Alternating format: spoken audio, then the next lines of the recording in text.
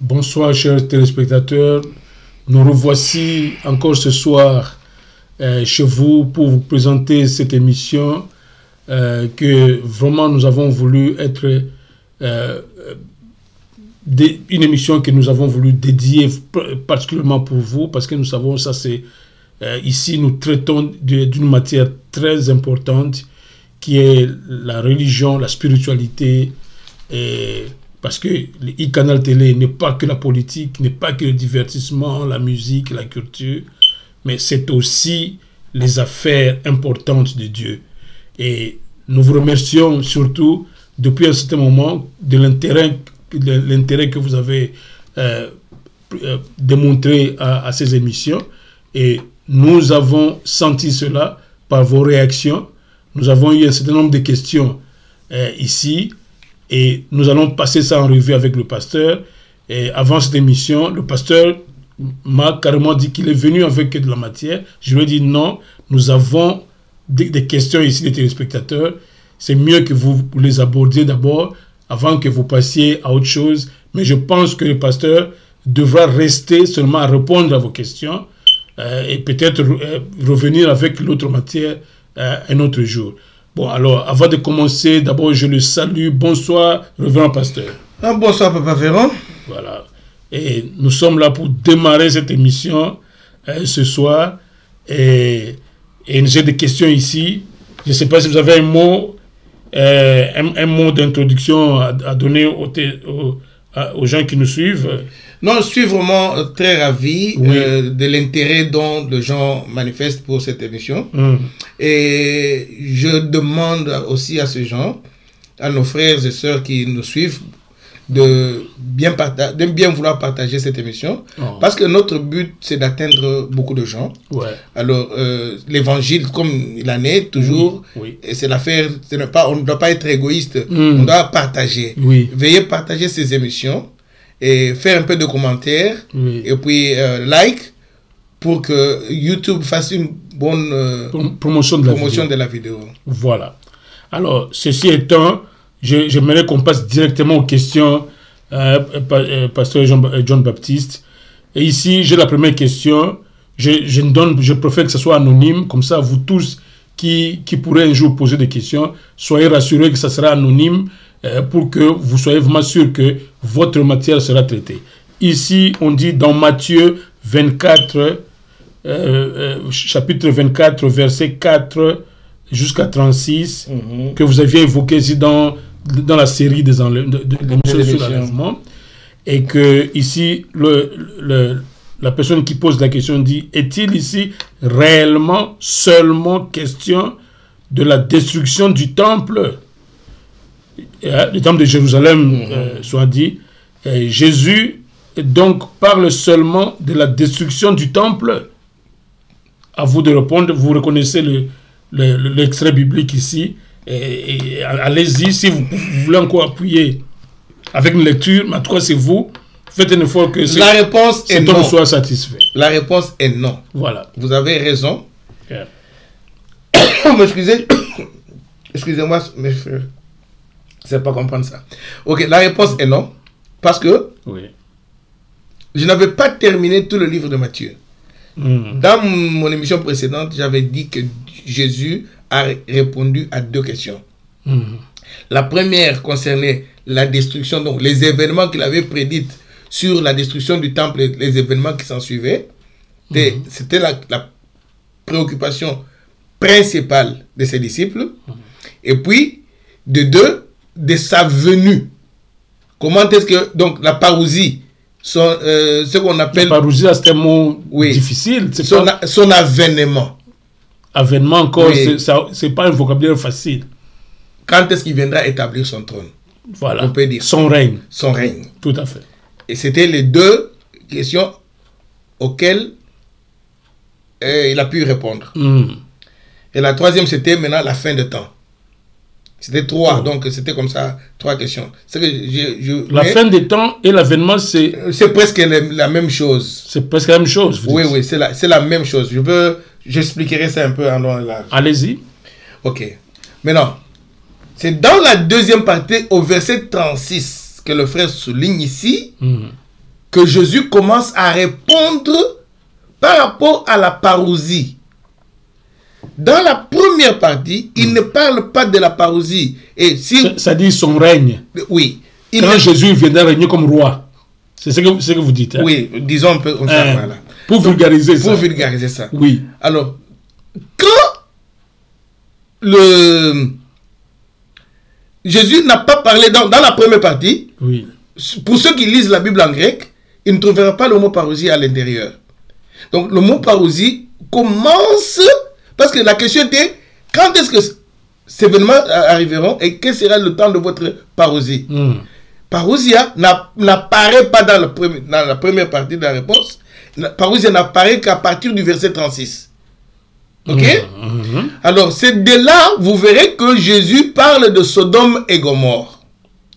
Il parle du temps de Noé. Maintenant, c'est dans la deuxième partie où il parle du temps de Noé et du temps de Sodome et Gomorre. Et c'est là où, je crois, notre téléspectateur voudrait savoir, parce qu'il dit seulement, il parle seulement, il questionne la destruction du temple, parce qu'il veut que vous puissiez confirmer qu'il parle aussi, quelque part, de l'enlèvement, par exemple. Non, ça c'est... D'où l'allusion à ce qui s'est passé à l'époque de Noé, parce que l'entendement général dit que cette comparaison-là, ce parallélisme que c'est Jésus qui parlait, qui a fait de même que ça s'est passé au temps de Noé, ça se passera au temps du Fils de l'homme. Ok, nous allons lire mieux pour comprendre voilà. Comment Luc explique le temps de Noé et Sodome et Gomorre. Luc ou Matthieu? Ils disent la même chose. Ils disent la même chose. Ce sont c'est la Bible, non? Ah ouais. Ok. Lui complète un peu ça. Dans Luc chapitre 17, on commence par le verset 26. Ce qui arriva au temps de Noé arrivera de même au jour du Fils de l'homme. Ok?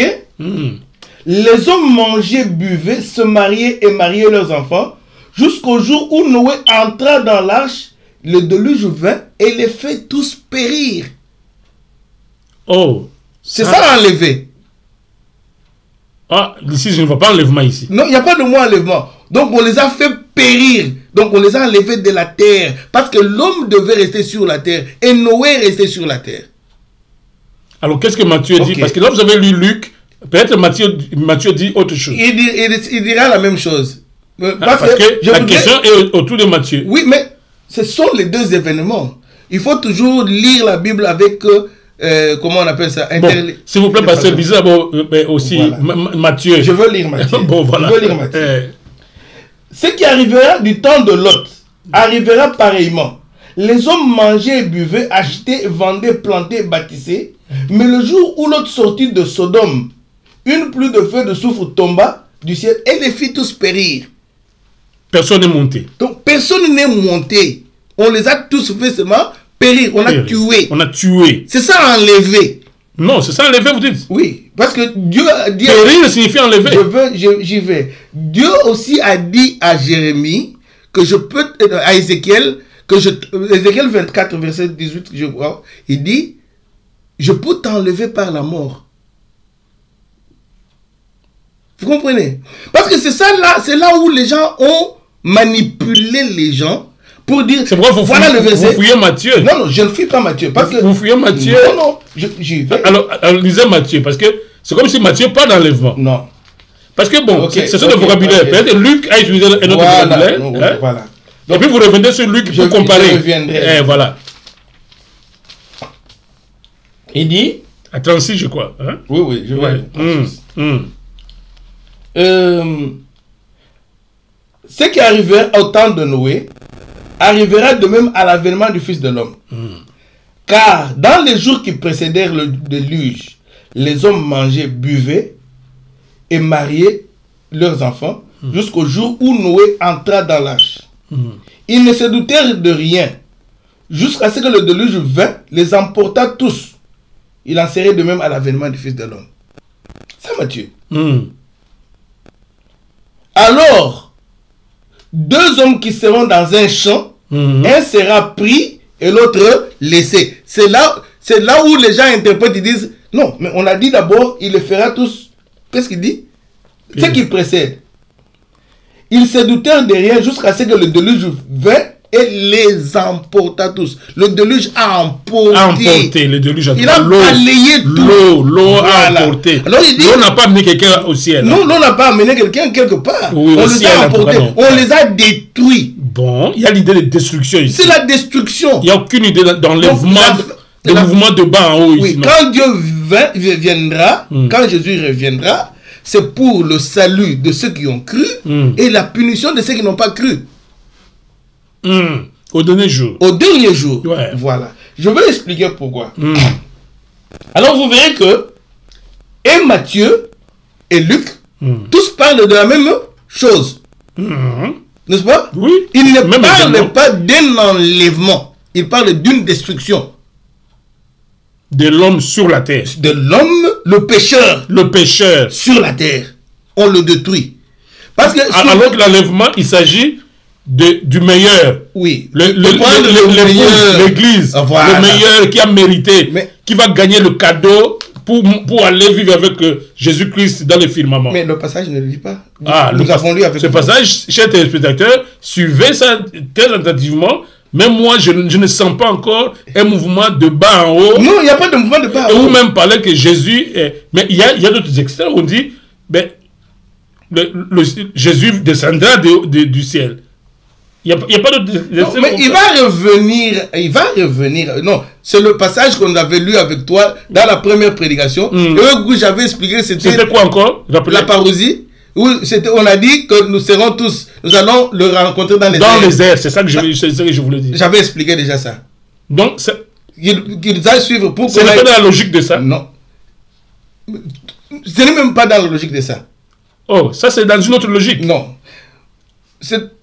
Quand Jésus revient, ouais. Nous qui sommes chrétiens, nous allons le rencontrer. J'avais expliqué comment la parousie était dans le... C'était, comment on appelle encore ça? Une métaphore. Oui, la métaphore. C'était une métaphore qu'on avait utilisée par Paul pour nous parler de l'avènement de Jésus-Christ. L'armée romaine avec la trompette. Et oui. J'avais expliqué ça. Oui. Comprends? Oui. Bon, maintenant, pour voir que ici, on nous parle bientôt de l'exhortation à la vigilance. Mais dans la première partie, il y a eu moyen de s'échapper des deux événements. Vous verrez que les deux événements ont des thèmes différents.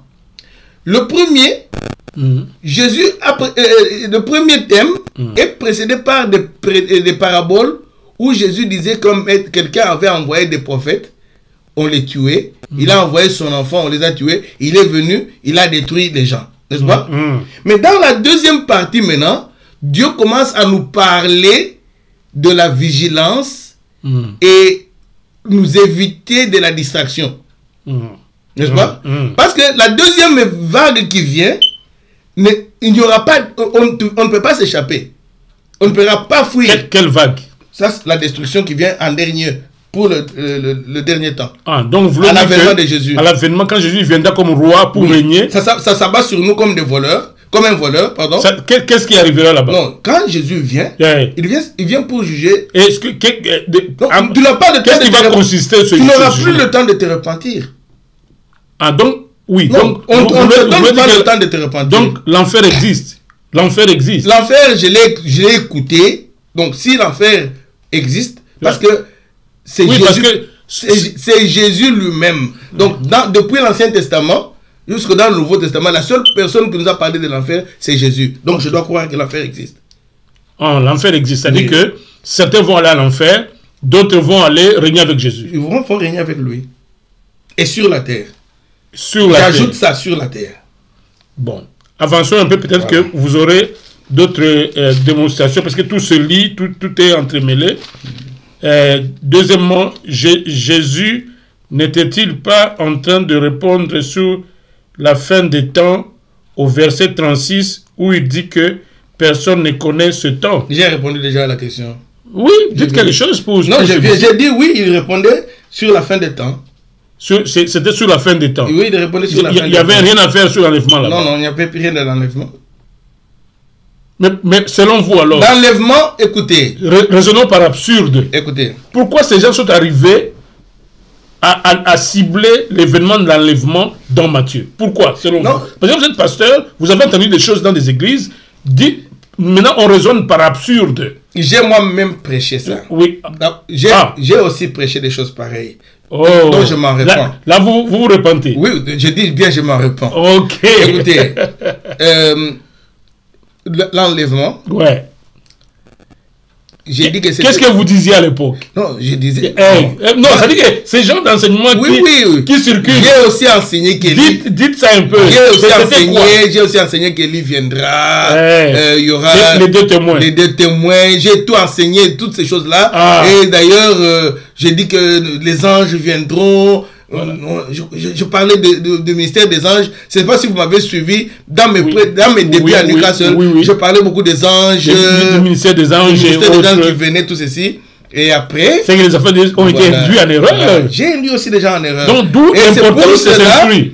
L'importance de s'instruire donc. C'est-à-dire, la Bible seule ne peut pas te donner toute la vérité. Voilà. C'est maintenant. Et la place du Saint-Esprit. Voilà. Maintenant, pour ne pas vous couper très rapidement. Et la place du Saint-Esprit. Le Saint-Esprit est avec moi. Je suis toujours John. Mais c'est toujours lui qui vous a laissé débiter des mensonges, des bêtises. Bon, il y a une chose qu'on dit en théologie. Oui. Il y a la vocation et la formation. Les deux doivent marcher de pair.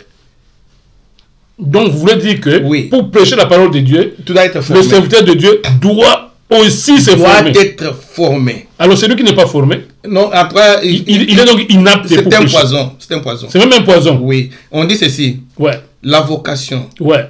Sans la formation. Oui. Est un poison. Ouh. Et non, est un suicide. C'est même un suicide. Mais la formation sans vocation aussi est un poison. Est un poison. Donc les deux doivent marcher de pair.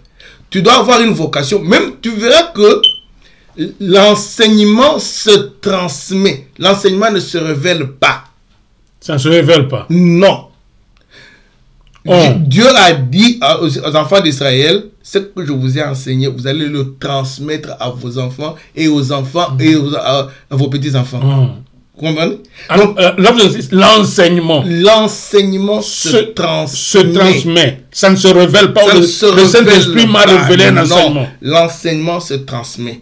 C'est pour cela l'Église se réfère aux enseignements des apôtres et des pères de l'Église. Donc les pères de l'Église, ce sont des gens qui ont été enseignés par les apôtres et ils nous transmettent cet enseignement. Vous comprenez? Il n'y avait pas un problème de Saint-Esprit. Non, il n'y en a pas. Le Saint-Esprit, c'est Dieu en nous. C'est Dieu en nous, comme être humain. Oui, il est en pour nous. Vivre la paix de Dieu. Il nous instruit pour vivre, voilà, vivre la paix de Dieu. Comment régenter notre vie sur la terre. Oui. Oui, mais quant à connaître les Écritures, ils doivent être enseignés. Vous verrez que même pour transmettre l'évangile aux gentils, Dieu a dit à Paul, qui était un ancien juif, un scribe, quelqu'un qui connaissait les Écritures profondément, pardon, c'est cette personne-là qui a été choisie pour enseigner le peuple de Dieu, transmettre. On dirait même en théologie, c'est Paul qui est même le géniteur de la théologie chrétienne. Même de la théologie chrétienne. C'est lui qui a écrit beaucoup de livres qui nous expliquent maintenant la différence la différence entre le judaïsme et le christianisme. Le christianisme. Donc il faut que vous soyez enseigné. Et vous verrez que Paul était un homme très instruit. C'était un docteur de la loi. C'est-à-dire, aujourd'hui, on dirait un professeur d'université. On dit que c'est Paul qui a assis la doctrine chrétienne. Voilà, c'est lui qui a assis la doctrine chrétienne. Donc, l'instruction est importante. Mais lui, bon, voilà, là, quand vous citez Paul, Paul lui-même dit que lui, il n'a pas vécu avec Jésus-Christ. Oh, là, je vous prends au mot. Oui, allons-y. Il dit, moi, je n'ai pas vécu avec Christ. Mais ce que je vous prêche ici, ça m'est venu d'en haut. C'est-à-dire de la révélation. Merci beaucoup. De la révélation. Voilà. Paul dit, ce que je vous prêche ici m'est venu d'en haut. Voilà. Moi, je n'ai pas rencontré, j'ai rencontré Jésus-Christ sur mon chemin de Damas. Et nous savons ce qui s'est passé. Oui. Et qu'il bombe le torse et dit, moi, je ne suis pas comme les apôtres qui ont peut-être entendu Jésus, ils ont vécu avec lui. Mais moi, C'est pour attester que ne peut bien dire la parole que celui qui reçoit la parole du Saint-Esprit. Mais vous parlez, il doit être enseigné. Merci beaucoup. Mais Paul n'a pas été enseigné par Jésus-Christ. Ok. Ah. On l'appelle apôtre. Voilà. Et regardez dans l'appel de Paul. Ouais. Quand Dieu appelle Paul, il dit, c'est un outil que je me suis préparé. Ok. Et après, comment est-ce qu'il était préparé? Ouais. Paul, dans toute sa vie, il n'a vécu que les Écritures. Et il était enseigné au pied de Gamaliel. Là, le judaïsme. Mais écoutez. Ouais. C'est quand même différent du judaïsme et du christianisme. Mais attention. Ok. Il avait déjà une instruction. Il avait déjà été d'abord instruit sur les Écritures. Sur la Torah. Sur la Torah. Ouais. Donc maintenant, ce qui lui a manqué, et ce qui avait aussi manqué même aux disciples qui vivaient avec Jésus, c'était la grande... Comment transformer, comment comprendre la Torah par rapport à l'événement de Jésus-Christ. Et Paul, et même ceux qui ont vécu avec Jésus, ceux qui n'avaient pas compris. Mais ils avaient tous un background déjà des Écritures. C'est ainsi que vous verrez que Paul, quand il parle, il se réfère d'abord aux Écritures et il les explique. Il parle de la Torah et parle de l'accomplissement de la Torah. Ok? Donc vous ne mettez pas la connaissance de Paul, parce qu'il lui-même dit, moi je ne l'ai pas reçu d'un homme. Paul dit ça, il dit, cette parole que je vous prêche, je n'ai pas reçu d'un homme. Moi c'est tout droit du ciel, c'est-à-dire du Saint-Esprit. Et mais vous dites que non, on ne peut pas avoir la parole de Dieu du Saint-Esprit, mais on doit être enseigné. Écoutez. C'est là où je vous dis que là, il y a un problème où vous avez raison, ou c'est Paul qui a raison. Non, je ne dis pas que Paul n'a pas raison, et je ne dis pas que moi je suis tort. Ah, bon, okay. J'ai expliqué et je réexplique encore. Ok. Quand Dieu appelle Paul, il dit que Paul était un outil qui s'était déjà préparé. Ok? Et quelle était la préparation de Paul? Parce que les gens ont présenté Paul, par exemple, comme étant quelqu'un qui était un bandit, un criminel. Non, Paul n'a jamais été criminel. Il n'a jamais tué les chrétiens? Non, il a tué les chrétiens, mais il n'a pas été criminel. Il n'a pas été criminel dans sa vie. Il persécutait l'église. C'était son zèle. C'était le judaïsme qui l'a poussé à dire, ces gens, ils nous dérangent ici. Voilà. Ah, voilà. Il y a une différence. Voilà. Ah.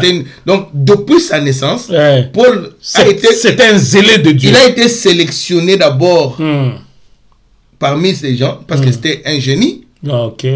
Et il a été formé. Ses parents l'ont Gamaliel. Ses parents l'ont amené de Tarsis vers Jérusalem au pied de Gamaliel. Donc, le Gamaliel était un rabbin. Le rabbin formait les jeunes gens intelligents pour devenir des grands rabbins aussi. Pour transmettre l'instruction. Donc, il était instruit dans cela. Oui. Et lui, quand il voyait l'église, l'église était déjà, donc les chrétiens profanaient le nom de Dieu. Alors la profanation méritait la mort. Il méritait la mort. Oh. Voilà. C'est ainsi qu'il commettait cela. Maintenant, il fallait que Christ lui dise non. Ce que Dieu est en train de faire. Tu fais juste le contraire. Tu fais le contraire de ce que tu devais faire. Et dès qu'il a compris cela, il a changé. Maintenant, la connaissance qu'il avait des Écritures l'a aidé à transmettre mieux le message de Jésus-Christ. Ce n'est pas quelqu'un qui vient du néant comme ça. Il n'est pas venu du néant. Donc c'est fruit des connaissances livresques qu'il avait. Oui. Connaissances, je dis livresques. Livresques, oui. Ok. Il n'est pas venu du néant comme ça, de sa maison. Il se réveille, il dit, bon, moi je deviens chrétien. Jésus m'a apparu, il commence à expliquer. Le Saint-Esprit m'a inspiré. J'ai des inspirations. J'ai une révélation. Non. Ce n'était pas comme ça. Oh. Voilà. Bon, voilà. Alors, avançons, parce que là, c'était juste une précision à propos de Paul. Daniel ne donne-t-il pas, selon vous, le prophète Daniel, je crois, le prophète Daniel ne donne-t-il pas, selon vous, de preuves d'enlèvement de l'Église quand il évoque la montée de l'Antichrist? Bon, il fallait que le frère précise dans quel chapitre de Daniel. Parce que moi, je ne sais pas dans quel livre de Daniel. De quel livre de Donc Daniel ne parle pas quelque part d'enlèvement. C'est vous-même, vous qui avez promis qu'il fallait que je lise aussi Daniel. Ce n'est pas ça. Oui, je sais que il y a des gens qui utilisent le livre de Daniel pour parler de l'enlèvement. Mais c'est... Ok, merci. Ok. Mais ce que je voudrais dire ici, Jésus a parlé plutôt de la désolation dont Daniel a parlé. Alors, évoquez ça un peu. Ok. Est-ce que tu peux m'ouvrir la chose ici? Oui.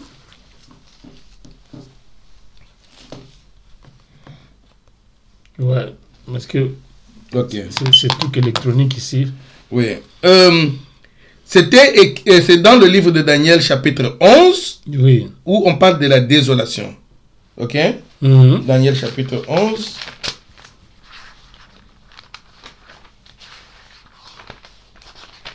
À moins que le frère m'ait donné un autre... s'il m'avait donné ce passage, nous l'aurions analysé avec vous. Ah oui. Ouais. Bon, le frère qui nous attend, certainement, la prochaine fois, prière, m'envoyer seulement le passage, et puis le pasteur va lire le passage et vous dire ce qui est écrit là-dedans, okay, et tout ça. Ok. C'est au verset... commençons par le verset 29. Hein? Daniel 11, 29. 29. Ouais. À une époque fixée, il marchera de nouveau contre le Midi, mais cette dernière fois, les choses ne se passeront pas comme précédemment. Des navires de Kittim s'avanceront contre lui. Découragé, il rebroussera, puis furieux contre l'Alliance sainte. Il ne restera pas inactif à son retour. Il portera ses regards sur ceux qui auront abandonné l'Alliance sainte. Des troupes se présenteront sur son ordre, ils profaneront le sanctuaire, la forteresse, et elles feront cesser le sacrifice perpétuel, dresseront l'abomination du dévastateur. Ok? Donc ici... Le sacrifice perpétuel. Perpétuel. Ok? C'est-à-dire le sacrifice du temple. Celui qui était dans le temple. Tu vois... c'est dans le futur où non, quand Daniel... C'est Daniel, oui. Oui, c'est Daniel. Oui. C'est un événement à venir ou un événement passé? C'est un événement... Cet événement s'est accompli. Déjà accompli. C'était accompli. Parce que je veux, pour te prouver... Oui. Malheureusement, mes frères... C'est ça qu'on attribue à l'impie. Oui. À l'impie, à l'antichrist. Voilà. On parle de la désolation de... Donc, de la destruction de la domination, l'abomination du dévastateur. Ouais. Donc, l'abomination de la désolation, n'est-ce pas? Ouais. Or, l'abomination de la désolation ici, qu'est-ce qui s'était passé? On a profané le sanctuaire, n'est-ce pas? On a fait cesser le sacrifice que les gens offraient dans le temple. Et puis, de droit, il va traiter une alliance avec le peuple qui connaîtront Dieu. Mais non, il séduira aussi par des flatteries et traiter l'alliance, n'est-ce pas? C'est pourquoi on dit c'est l'impie. On parle, ça serait le pape. Allez-y, parce que c'est là où ils sont. Voilà. C'est là où ils sont. Expliquez ça bien. Voilà, je vais expliquer. Oui. Donc, j'ai parlé de la destruction du temple de Jérusalem. Oui, par Titus, l'empereur Titus. Qu'est-ce qu'il a fait? Il a fait la même chose que Antiochus Épiphane avait fait. Je vais te dire d'abord de quelle loi on parlait ici. Ouais. Mes frères qui ont leur Bible, donc sur la Bible amplifiée, verront que, parce que cette Bible amplifiée nous parle de l'histoire, mais les noms dans les versets. Ok. On parle de quel roi qui viendra. C'était le roi Antiochus Épiphane. Je vais lire ça en anglais, hein. Oh, vous lisez en anglais. Bon, qu'est-ce que je peux dire? Ok. Et Antiochus IV Épiphane retournera sur la terre avec des grands trésors, n'est-ce pas? Oui. Il viendra pour détruire et son cœur se tournera vers la Sainte Alliance. Et il va prendre des actions et il rentrera dans sa terre, n'est-ce pas? Donc, quand le roi Antiochus est venu ici, il a détruit le temple. Il a pris le cochon. Il est allé offrir au temple. Ah, c'est ce qui a fait ça. Oui, allez-y. Il a pris le cochon, il est allé offrir. Il a désacralisé le temple. Et c'est la même chose que Titus avait fait. Il a désacralisé le temple. N'est-ce pas? Donc c'est la même chose que Titus avait fait quand il est venu. Il a détruit et désacralisé le temple. N'est-ce pas? L'autre roi a désacralisé quel temple? Le temple de Jérusalem. Quand? Au temps de Maccabée. Au temps de Maccabée. Voilà. Là, il faut préciser parce que voilà, au temps de il y a eu plusieurs destructions donc. Non. Il est venu très rapidement pour les spectateurs. Parce que ici Daniel. Oui. Il parle de deux situations ici. Il parle d'une autre situation d'abord. Bon, antérieure à celle-ci.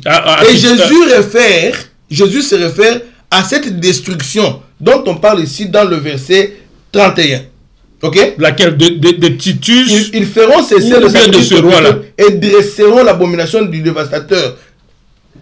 Abomination de la désolation dont j'ai parlé dans la première partie. Quand il dit que quand ces choses commenceront à arriver, que celui qui lise fasse attention. Là, il fait allusion à quoi? À la destruction du temple de Titus. De Titus. Voilà. Oh. Mais c'est ça. Mais les gens disent que non, c'est pas ça. Mais bon, c'est la même chose qui s'est produite autour de Titus. Parce que lui aussi a fait le pillage, il a tué les gens, il a pris les gens en esclavage, il est allé les vendre. N'est-ce pas? Titus, l'empereur Titus de Rome. Non, Antiochus Épiphane. Antichus. C'est de lui que vous parlez. Oui, c'est pour cela qu'on l'appelait Antichrist. Parce que son nom c'était Antiochus Épiphane. Épiphane, c'est-à-dire la manifestation de Dieu. De Dieu, Épiphane, oui. Oui. Vous comprenez? Oui. Il était lui-même Dieu. Il était la manifestation de Dieu. Épiphane. Ok. Oui. Maintenant, amenons ça vers Titus. Oui. Et les Romains. Le César. Il y avait un culte à César partout dans le royaume. D'ailleurs, si l'église a été persécutée, parce qu'il refusait d'adorer César comme Dieu. César comme Dieu. N'est-ce pas? Ouais. On devait offrir des sacrifices à César. À César. Tout le monde devait le faire, parce que c'était dans l'Empire romain. Oui. On avait des temples dédiés à César. Tout à fait. Parce qu'il était aussi Dieu. Bien sûr. Ok? Et les Juifs avaient du mal de voir des monuments de César et de s'agenouiller, de prier devant. C'était impossible. Alors, il est venu. Ouais. Il s'est imposé dans le temple de Jérusalem. Est-ce que vous ne comprenez pas? Bon, dans l'entendement populaire, ils disent que Titus n'a fait que détruire le temple. Lui, il ne s'est pas assis et il ne s'est pas proclamé Dieu. C'est ça l'entendement populaire. Il dit Titus ne s'est jamais proclamé Dieu dans le temple. Il n'a fait que détruire. Alors la Bible parle de celui qui a commis la désolation. C'est qui alors? Écoutez. C'est pour une question qui dit, est-ce que vous croyez là? Allons-y petit à petit. Titus, Antiochus Épiphane, ouais. On l'a appelé Antichrist, n'est-ce pas? Pourquoi? Parce qu'il s'est proclamé lui-même roi. Et il s'est proclamé Dieu, la manifestation de Dieu. César aussi s'est proclamé roi et il avait un culte. Il y avait même évangile. Le terme évangile, c'était aussi la bonne nouvelle de César, n'est-ce pas? Ok? À Rome, oui. Voilà. Et on rendait le culte à Rome. Oui. Donc ici, il persécutait les chrétiens. C'est parce que les chrétiens refusaient de l'adorer. De l'adorer, lui. Voilà. Quand Paul nous dit ceci. Mais ici, on parle au temple. Est-ce qu'il est entré dans le temple et dit, c'est moi Dieu? Par extension, on sait que le César était Dieu à Rome. Voilà. Antiochus n'était pas entré dans le temple. Il est allé profaner, désacraliser le temple. Ok? Parce qu'il voulait que les gens tournent le regard vers lui. De la même façon, César aussi. Ok? Titus. Ouais. Il a détruit le temple parce qu'il voulait que les gens puissent l'adorer. Ok? Et vous savez que même les Juifs avaient payé allégeance à lui. Parce que quand ils ont rejeté Jésus, ils ont reconnu l'autorité de César. De César. Ok. Ils ont dit, nous n'avons pour roi que César. Ils ont rejeté Jésus. Vous comprenez? Parce ils ont alors, accepté... restez dans le contexte de l'enlèvement, parce que les gens posent ces questions pour démontrer cela, qu'il y a ça, la désolation. Aller un peu dans le sens de la désolation, c'était la destruction, la ruine qui devait s'abattre sur Jérusalem. Sur Jérusalem ou sur les nations? Non, sur Jérusalem, c'est ça la désolation. Ok. C'est pour cela que j'ai parlé de la destruction du temple de Jérusalem. Parce que la destruction du temple, c'est ce qu'on appelle l'abomination de la désolation. Ok. Pas autre chose. Non, ce n'est pas autre chose. Ok. Ce n'est pas autre chose. Vous comprenez? C'est un peu malin de vouloir twister, donc comment on dit en français? Twister. Manipuler un verset pour justifier une doctrine mal conçue. Vous comprenez? C'est de la manipulation seulement. Parce que je te parlais de Sodome et Gomorrhe. Là où il parle du mot enlevé. Que l'un sera pris, l'autre va rester. C'était une destruction.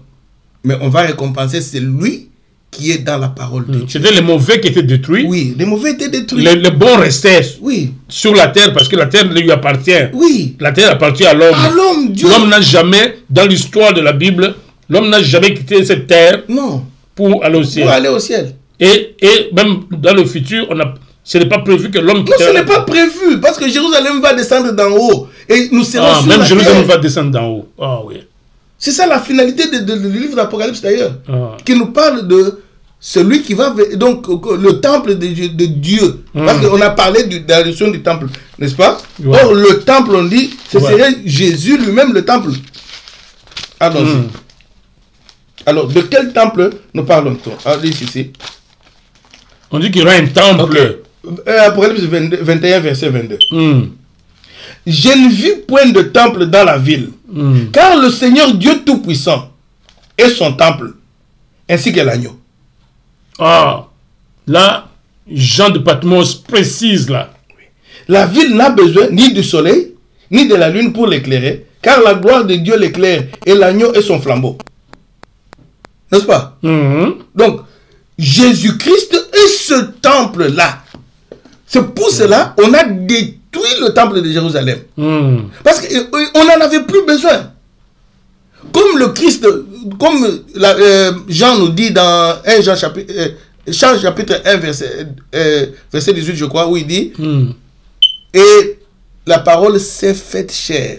Et là, élu son tabernacle parmi nous. En anglais, on dit bien, et là, tabernaclé, même en grec. L'anglais va toujours très vite. Oui. Les mots, ils transforment en verbe. Donc, il a élu son tabernacle. Donc, la parole a élu son tabernacle parmi nous. Donc, le tabernacle que nous avons aujourd'hui, le lieu où nous nous rencontrons, le point de rencontre, le point de réconciliation avec Dieu, c'est Jésus-Christ. Mais le problème, c'est qu'on dit, ce sont les Juifs. Ceux-là qui continuent à croire à la Torah, ils disent qu'ils vont construire un troisième temple. Et c'est dans ce troisième temple-là que on dit que la Bible dit que l'impie va s'asseoir et va se proclamer Dieu. Bon, je crois... Est-ce qu'il y a une probabilité d'un troisième temple? Mais en tout cas, les Juifs se préparent pour mettre en place ce troisième temple. Les ustensiles, paraît-il, sont déjà là. Ce troisième temple va être monté. Et vous... Est-ce que c'est dit dans la Bible? Est-ce que c'est une promesse de la Bible? Bon, celui qui connaît... Ou bien ce sont des sionistes qui veulent créer ça dans le cadre de dispensation? Le chrétien qui croit cela est un hérétique. Le chrétien qui croit à la construction du troisième temple est un hérétique. Ok. Voilà, parce que pourquoi? La Bible ne prévoit pas cela. Israël a été détruit, n'est-ce pas? Oui. Il a été... envoyé dans des nations. Non, parce qu'ils disent que Israël a été nommé par Dieu comme étant son peuple choisi. Tout ce qu'Israël fera, il le fera au nom de Dieu.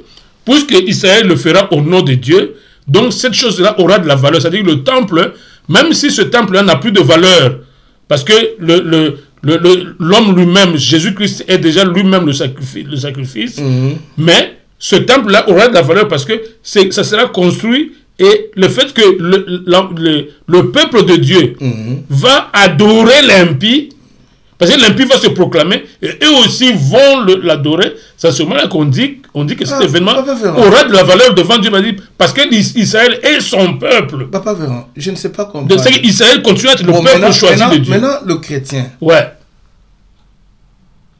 comment il comprend la mort et la résurrection de Jésus-Christ? Comment il comprend quand on dit que Jésus est le nouvel Adam? Mais on dit, les chrétiens, ils disent ça, c'est lui le temple. Non, on n'adore plus Dieu dans le temple.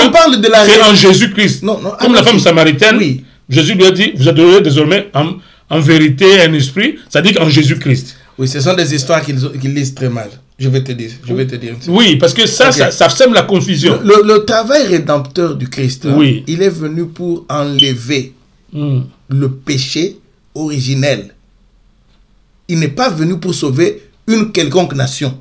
Il est venu d'abord enlever le péché qui a été introduit sur l'homme par l'homme dans le monde. Donc, vous voulez dire que ce qu'on dit du peuple d'Israël, que c'est le peuple choisi, est faux? Oui, c'est faux. Oh. L'Ancien Testament nous parle... La Bible ne dit pas quelque part que Israël, c'est mon peuple, c'est le peuple choisi. Non. Nous aborderons ce problème si vous voulez. Sur Israël et l'Église. On devra l'aborder. Voilà. On devra. Maintenant, je veux dire ceci. Oui.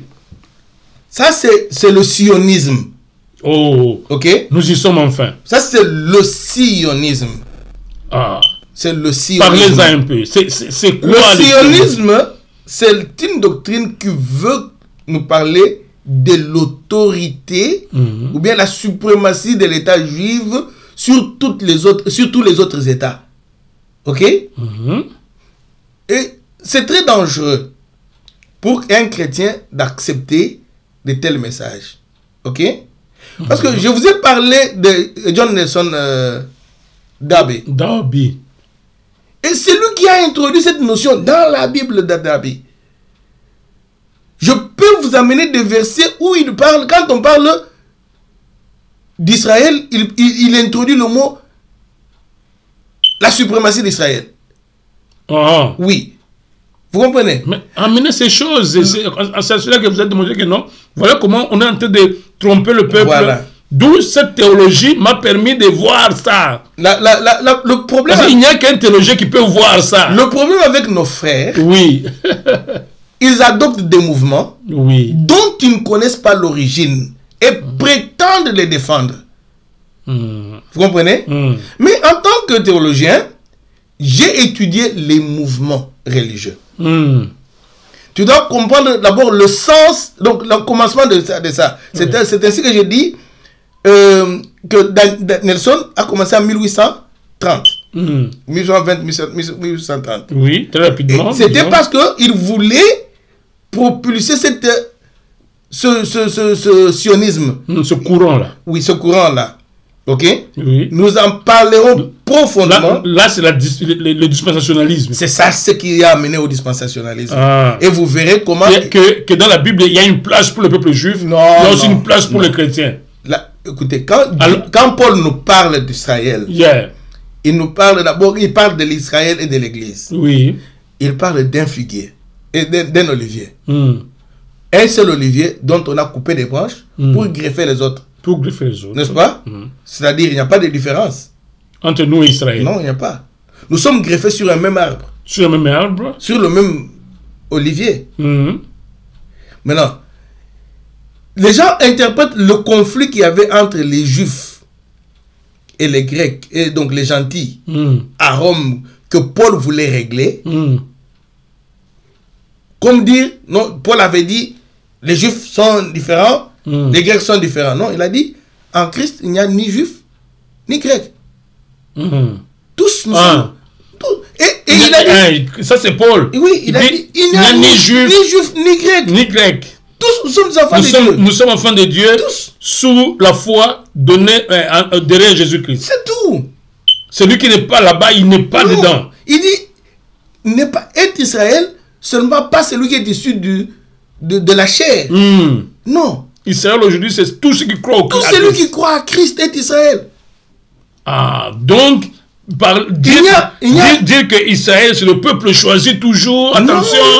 Non. Même s'ils ont refusé Jésus, mais c'est toujours le peuple choisi. Non. Parce qu'il y a des grands pasteurs qui en parlent et qui continuent à dire Israël, c'est la boussole de Dieu. Israël, il faut toujours bénir Israël. Il faut bénir Israël parce que c'est le peuple de Dieu. Et beaucoup ont peur d'Israël aujourd'hui. C'est l'abandon de la foi. C'est ce qu'on appelle l'apostasie. C'est ça l'apostasie. C'est ça, c'est de l'apostasie. Tous ces grands pasteurs, ces grands noms-là. Ils sont apostates, oui. Je peux dire qu'ils sont apostates. Oh, oui. Vous faites des grandes déclarations. Oui, je dis c'est de l'hérésie, c'est de l'apostasie. Parce que dès que nous commençons... Parce qu'en tout cas, en suivant Paul, ce que vous voulez dire, moi, je suis d'accord avec vous. Oui, dès que nous commençons... Même pas vous, mais Paul. Oui, dès que nous commençons à confesser cela, nous réunions l'œuvre rédempteur de Jésus-Christ sur la croix. Parce que nous sommes dans la logique des Juifs qui disent que Jésus-Christ a échoué sa mission. Les Juifs. Vous comprenez? Donc, pour que Jésus réussisse sa mission, il faut qu'il revienne vers nous. Donc, l'Église... c'est pourquoi il faut le dispensationalisme. Oui, il y a une dispensation de l'Église, mais il doit avoir une dispensation pour Israël parce qu'il doit sauver Israël. L'Église n'était pas dans le plan de Dieu. C'était un plan B. C'était un plan B. Donc, quand Jésus a trouvé que non, les Juifs n'acceptent pas, il ouvre une parenthèse, il construit l'Église. D'où... Et il est allé, il doit revenir d'abord pour qu'il réussisse son l'accepter. Il faudrait que Israël l'accepte. C'est alors qu'il devient le Messie. Donc c'est nier que Christ est Messie. Alors que Paul dit non, il n'y a plus juif, il n'y a plus ceci. Non, hein? Le salut c'est en Jésus. C'est en Jésus-Christ. Et en Jésus-Christ, nous sommes un. Il n'y a plus de distinction entre Israël et gentil. Non. J'espère que téléspectateurs, vous suivez cela. C'est pour moi blanc comme l'eau de la rivière. Hein? Donc alors, pourquoi on construirait un temple pour que Satan vienne régner dans le temple? Ce temple-là. Tu ne vois pas que ça commence à... Non, c'est parce que le peuple d'Israël, c'est toujours le peuple de Dieu. C'est toujours le peuple de Dieu. Ah donc, le peuple de Dieu qui doit construire un temple pour Satan. Non, il ne construit pas ce temple pour Satan. C'est Satan qui va venir s'imposer. Il dit, adorez-moi maintenant. Le livre de Daniel nous dit ceci. Il viendra mettre fin au sacrifice. Mettre fin au sacrifice. Ok. Il établira un royaume que personne d'autre ne pourra détrôner. Maintenant, ce monsieur-là est venu sur la terre, c'est Jésus-Christ. Il a établi son royaume. Et il nous demande de prier toujours, chaque jour, notre Père qui es aux cieux, que ton règne vienne. Pour que ta volonté se fasse sur la terre comme dans les cieux. N'est-ce pas? Et tous nous appelons Christ le roi de rois. Tous, en tant que chrétiens, il est roi sur nous. Oui. N'est-ce pas? Oui. Mais maintenant, nier cette royauté de Christ, n'est-ce pas rejeter l'œuvre rédemptrice de Christ? Oui, mais l'œuvre rédemptrice, c'est une œuvre. Oui, bien sûr. Mais il ne sera pas roi à la parousie. Ce n'est pas à la parousie que Jésus sera roi. Il vient maintenant installer le royaume de paix. La fin de temps. À la fin de temps, c'est le royaume de paix. Où on va recréer le nouveau ciel. Mais maintenant, il est déjà roi. Il n'est pas encore roi. Comment? Pourquoi il n'est pas roi? Alors, c'est vous qui répondez. Pourquoi nous chassons les démons à son nom? Parce qu'un magistrat, quand il prend les actes, il les prend au nom de qui? Du roi, n'est-ce pas? Un magistrat prend les lois. Moi, je pensais que c'est au dernier jour qu'il viendra comme roi pour régner. Nous sommes déjà les enfants. Jésus-Christ, quand il est venu à sa première venue dans la naissance avec Marie et autres, moi, je suis pas très outillé. Tu n'es pas très outillé. C'est comme s'il est venu pour la rédemption. Seulement la rédemption. Mais il a dit le royaume de Dieu est proche. C'est qu'il n'est pas encore là. Non, il dit le royaume de Dieu n'est pas encore. Mais il a dit aussi à Zacharie que le royaume de Dieu entre dans ta maison. Ça devient des interprétations maintenant. Non, il dit à Zacharie que le royaume de Dieu entre chez toi. C'était lui physiquement. Voilà. Bon, allons-y à une prochaine question. Nous devons vite terminer l'émission. L'Antichrist est-il... Je crois que j'ai répondu à ça. Est-il biblique selon vous, avec son règne de 7 ans? Oui ou non? Est-il biblique? D'abord, l'Antichrist est-il biblique? D'abord, la réponse est claire, c'est non. Parce que... C'est pas biblique. Non. L'Antichrist donc n'existera jamais. D'abord, il dit quelque chose là, très important. Oui. Ce qui accompagne sa question, ce qui est très important, il dit avec son règne de 7 ans. 7 ans. C'est il aura un règne de 7 ans, là où il va sévir le monde. Et là, l'épouse sera déjà partie. C'est parce que la réalité de cette question, c'est que... C'est le livre de Daniel. C'est qu'on dit que quand l'Antichrist sera suscité, il va s'asseoir dans le temple, il va tout dominer, et puis il va se mettre à ravager. Alors, il ne peut pas ravager les saints de Dieu, l'Église. Alors, puisque le Saint-Esprit est en eux, le Saint-Esprit ne permettra pas ça. L'Église sera d'abord enlevée, et puis c'est bon, on dit, les autres, les binzambinzambi, vont rester, et puis l'Antichrist, il va les terrasser, et tout ça. Et là, à ce moment-là, l'épouse est au ciel. L'épouse est au ciel. Et puis, il reviendra pour régner, pour juger maintenant les méchants qui sont restés. Et l'épouse ne sera même pas jugée. Tu vois que tu me fais rire. Mais c'est ça la petite chanson, l'histoire qui se chante dans les églises. Tu vois que tu me fais rire. Voilà. Moi, j'ai démontré d'abord bibliquement qu'il n'y a nulle part où Jésus ou bien les apôtres nous ont parlé de l'enlèvement. J'ai démontré cela. Allons dans le livre de Matthieu, il n'y en a pas. J'avais, dans mes prédications passées, parlé du livre des Thessaloniciens, il n'y en avait pas. Ok? D'abord, le terme antichrist, la seule personne qui a parlé de l'antichrist, c'est l'apôtre Jean, dans ses épîtres. Qu'est-ce qu'il dit à propos? Ok, je veux en parler. Alors, très rapidement, nous sommes vers la fin de notre émission. Alors, j'aimerais qu'on épuise toutes les questions pour que, à moins qu'il y ait d'autres questions la fois prochaine, mais en tout cas, pour que vous abordez d'autres sujets la fois prochaine. Ok, petits enfants. Oui. C'est la dernière heure. Comme vous avez appris, qu'un antichrist vient. Il y a maintenant plusieurs antichrists. Par là, nous connaissons que c'est la dernière heure. Ils sont sortis du milieu de nous. Ils n'étaient pas de nôtres, car s'ils étaient de nôtres, ils seraient demeurés avec nous. Mais cela est arrivé afin qu'il fût manifesté que tous ne sont pas nôtres. Et il explique ceci. Qui est menteur? Sinon, c'est lui qui nie que Jésus-Christ, Jésus est le Christ. Celui-là est l'antichrist. Qui nie le Père, le Fils. Quiconque nie le Fils n'a pas non plus le Père. Quiconque confesse le Fils a aussi le Père. Là, il parle des hommes en général qui ne confessent pas Jésus. Voilà, il parlait... Et non pas de l'impie. Non, il parlait des choses. Il parlait d'abord des faux docteurs qui s'étaient glissés parmi le peuple de Dieu. Donc, il y a un contexte. Il y avait une doctrine qui les enseignait. Ok? Et il le dit ici dans... Il va profondément. Hein? Il dit, bien-aimés, n'ajoutez pas foi à tout esprit, mais prouvez les esprits pour savoir s'ils sont des dieux. Car plusieurs faux prophètes sont venus dans le monde. Reconnaissez à ceci l'esprit de Dieu. Tout esprit qui confesse Jésus-Christ venu en chair est de Dieu. Tout esprit qui ne confesse pas Jésus n'est pas de Dieu. Celui de l'antichrist dont vous avez appris la venue et maintenant qui est déjà dans le monde. Et Paul et Jean parlaient de cette chose-là déjà à son temps. N'est-ce pas? Oui. Que même l'antichrist était déjà dans le monde à ce temps-là. Ah, dans le monde, ce n'est pas un événement futur. Non, non. D'abord, si nous lisons les Écritures, ça c'est Jean. Ça c'est Jean. Ça c'est Jean. Ouais. Sans les commenter. Sans les commenter. Okay. Ouais. Le dernier passage que je dirais, parce que c'est 4 fois il a parlé de l'antéchrist. Jean. Oui, il en a parlé seulement 4 fois. Et toujours dans le passé. Oui, non, dans le présent. Dans le présent, quand lui vivait. Déjà, non. C'est-à-dire leur présent, quand lui vivait.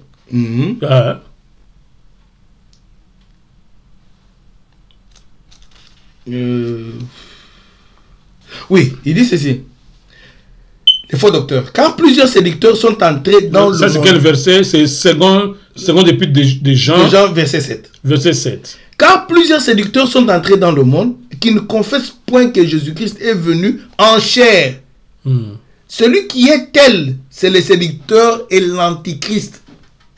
Donc l'antichrist, c'est qui? Donc tu verras que l'antichrist, c'est qui ici? Quand on parle de l'antichrist, on parle des faux docteurs qui amènent une doctrine autre que celle de Jésus, qui s'élève contre Jésus. Ah, qui s'élève contre Jésus. C'est ça, c'est lui qu'on appelle l'antichrist. Ce n'est pas un impie, un grand impie qui s'assoit dans le temple de Jérusalem, qui se déclare Dieu. Selon la lecture que j'ai lue avec toi. En tout cas, moi, je prends selon ce qui se dit à l'extérieur. Voilà. Selon la lecture que j'ai lue avec toi, Jean, à cette époque-là, il appelait déjà là la dernière heure. Nous disons, nous sommes au temps de la fin. Eux aussi disaient, ils étaient au temps de la fin. Donc, quand est-ce que le temps de la fin a commencé? C'est des siècles. Aujourd'hui, voilà. Nous sommes au 20e siècle. C'est que et il dit que 21e d'ailleurs. À ce temps-là, déjà, Paul et puis Jean, même Paul, ils enseignaient déjà aux gens que le séducteur était dans dans le monde. Était déjà là. Oui. Il s'attaquait ici à tout ce que nous voyons aujourd'hui. Les enseignements qui viennent de partout, qui parlent de Jésus, mais d'un Jésus compliqué. Hein, de ce Jésus dont vous venez de me parler aujourd'hui ici. Ok, hein? Ouais. Et si tu remarques très bien, on dit que cet impie s'élèvera et s'assoit dans le temple, n'est-ce pas? Or, si le temple existe aujourd'hui, c'est toi et moi. Nous sommes le temple de Saint-Esprit. N'est-ce pas? Tout chrétien doit reconnaître ça. Voilà. Et l'enseignement qu'on est en train de diffuser actuellement dans le monde, c'est l'apostasie. C'est de montrer à l'homme que c'est l'homme qui est le centre de l'univers. N'est-ce pas? C'est le même. Parce que je parle de. C'était un enseignement qu'on diffusait. Réniant Christ, tout en propulsant l'homme. Vous comprenez? Oui. Or, c'est l'enseignement qu'on a aujourd'hui avec tous ces ministères de la prospérité, tous ceci, on te dit. La mort et la vie sont au pouvoir de la langue. Donc l'homme peut décider sur sa mort, sur sa vie. Ce n'est plus Dieu qui décide.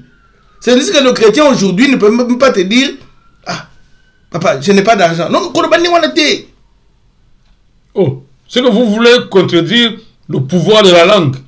Que la parole, même dans notre culture bantou, la parole a une force. Non, écoutez, la parole, elle. C'est pourquoi il faut se garder de ne pas dire de mauvaises choses. Non, parce que là, non, c'est un conseil. Ah, c'est juste un conseil. C'est dans le livre de Proverbes, n'est-ce pas? Ok. Le proverbe n'est pas une parole de Dieu. C'est l'expérience humaine. Ok. On a pris l'expérience humaine dans la Bible pour nous démontrer comment la vie, parce que on appelle ça les écritures sapientiaux, donc qui reflètent la sagesse, comment vivre sur la terre. Il faut éviter le bavardage. Parce que le bavardage peut te tuer. Le bavardage peut te sauver. N'est-ce pas? Il n'y a que ça donc. Oui, tu peux glisser un mot qui te coûte la vie. Voilà, très vite. Merci. Je sais que ça va. Là, Antichrist, on a déjà abordé ça. Savez-vous qu'il y a un moment que le Saint-Esprit va quitter la terre? Bon, ça c'est oui faux. Ou non? Non, ça c'est faux. C'est faux pour vous? Non, parce que Jésus a dit il sera avec vous jusqu'à la fin du monde. Il sera toujours jusqu'à la fin du monde. Il sera avec nous. Il n'y a pas de moment où il a dit que je vais quitter. Qui va quitter? Non, hein? Non, il n'y en a pas. Oh, ouais. J'espère que vous suivez. Ne voyez-vous pas en cela le signe palpable de l'enlèvement de l'Église? Il n'y en a pas. Parce qu'eux disent qu'il faudrait que quand le Saint-Esprit va prendre l'épouse, c'est à ce moment que l'impie va... Ça, c'est un commentaire de quelqu'un qui a fait. Ce n'est pas biblique. C'est pas biblique, hein? En tout cas, c'est pas dans la Bible. Non, il n'y a pas de verset qui justifie ça. Ok. Ça, ce sont des commentaires individuels. Ah. Que quelqu'un peut, par une hérésie quelconque, glisser, mais ce n'est pas biblique. Dommage que ça s'est répandu dans plusieurs églises. Vous dites que ce sont... Laissez-moi dire une chose sur ça. Ce que tu as dit. Très rapidement, alors. Le Congo, mon pays. Oui. Nous souffrons de ça. Ouais. Et c'est pour cela je viens avec ces émissions pour éclairer mon peuple. Oui. Et ceux qui sont élus me comprendront. Au Congo, nous n'avions pas une école théologique qui nous a appris la matière religieuse. Les gens se sont fiés aux branhamistes parce que ce sont eux qui avaient des brochures. Ils se sont fiés à The Way. The Way. Ils se sont fiés au Campus pour Christ. C'est ça le début du christianisme congolais. C'est ça la source du christianisme congolais. Or, tous ces gens-là, ce sont des dispensationalistes. Oh. Donc, quand ils parlent de la théologie, ils ont été dans des écoles théologiques, mais de Dallas, comme Dallas Seminary College. Vous voyez? Dont vous avez parlé la fois passée. Dont j'avais parlé la fois passée. Et vous verrez que l'évangélisation au Congo, même les Nzambe Malamu, ça vient de Telos Born et tout consort. Tu verras que... Donc c'est des produits importés. Ce sont des produits importés. Vous allez vers la... Et les Haïdi Nabala.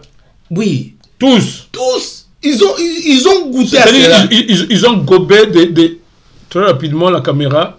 Parce que là, on est en train de chercher à terminer cette émission. Donc, tous ont gobé des produits extérieurs. Voilà. C'est pour ça qu'ils ne peuvent pas questionner. J'ai pitié de mon peuple. Pourquoi? Parce qu'ils ont avalé des colocanes sauvages. Mais Mais ils croient être dans la vérité.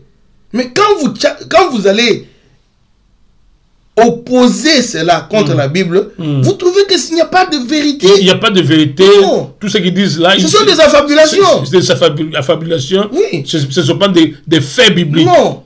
Maintenant, quand on veut bien comprendre un mouvement, on s'attaque d'abord à sa source. Parce que les chrétiens défendent des choses... Tu vois, j'ai toujours donné l'exemple de Dewey. Dewey, quand il est arrivé au Congo, c'était un centre de recherche. Ce n'était pas une église. Mais aujourd'hui, Dewey est une église à Kinshasa. Parce que les Congolais gobent tout. Oui. Maintenant, quand même les gens de Dewey quittent l'Amérique, arrivent là-bas, ils s'étonnent de voir ce qui se passe là-bas. Voilà. Pourquoi? Parce que les Dewey, ils peuvent étudier même le hindouisme. Donc, ils n'ont pas une religion spécifique. Ils ne sont pas chrétiens. Ah, ils ne sont pas chrétiens. Non, ils sont partout. C'est un centre de recherche. C'est un centre de recherche. Tu peux aller voir les hindous. Ils étudient tout. Bon, ok, moi je crois que... Mais on vous reproche aussi que vous avez fait un commentaire ici disant que David c'est un ouin, Jésus aussi un ouin, mais donc David c'est aussi un messie. Vous avez fait une déclaration comme ça, est-ce que vous retirez ça ou comment? Non, je ne retire pas, pourquoi? Oh, allez-y alors. Non, moi je parlais... Comment les Juifs voyaient le Messie et pourquoi ils attendaient le Messie. C'était dans mon développement. Oui. J'ai dit que le Messie signifie seulement ouin de Dieu. C'est pourquoi vous avez dit David était ouin. Oui, c'est pour cela. Saoul était Messie. Oui, Joshua était ouin. Pourquoi? Donc tous étaient des Messies. Oui. Des Messies. C'est là le problème. Voilà. Vous appelez David Messie. Oui. Saoul. Salomon. Laissez-moi terminer cette phrase. Oui. Pourquoi j'ai dit ça? Oui. Le terme Messie ne s'applique pas seulement à Jésus. Ok? Oh. Non, parce que quand les gens croient que Jésus est le Messie, pour le chrétien moyen, il comprend que c'est le terme qui fait de lui Dieu. Non. Oh, alors je fais ça très rapidement. Non. Dommage que c'est la fin. Messie, c'est-à-dire ouin. C'est pour ça qu'il dit ton ouin. On appelle Jésus son ouin. N'est-ce pas? Oh. Meshaïa signifie seulement celui sur lequel on a versé de l'huile d'onction. Non, parce que je crois que là, dans la question, je n'ai pas bien reflété ça. La personne qui a posé cette question a dit il y a des ouins et loin. Loin. C'est-à-dire que le véritable ouin et des ouins. Oui, là vous êtes d'accord avec lui? Là, je suis d'accord avec lui. Là, je suis d'accord que Jésus avait un niveau de anointed un peu plus élevé. C'est comme quand on dit que Jésus était le prophète. Le prophète. C'est-à-dire, L majuscule. Oui, on attendait. J'ai dit, après les 6 ouins, on attendait le 7e. C'est pour cela Jésus est le ouin. Le 7e, celui qu'on attendait. Qui sont les premiers? Qui sont les 7 premiers? Les 6 premiers? Les 6 premiers, il y avait Saoul. Saoul, le roi d'Israël. C'était le roi d'Israël. Le roi d'Israël.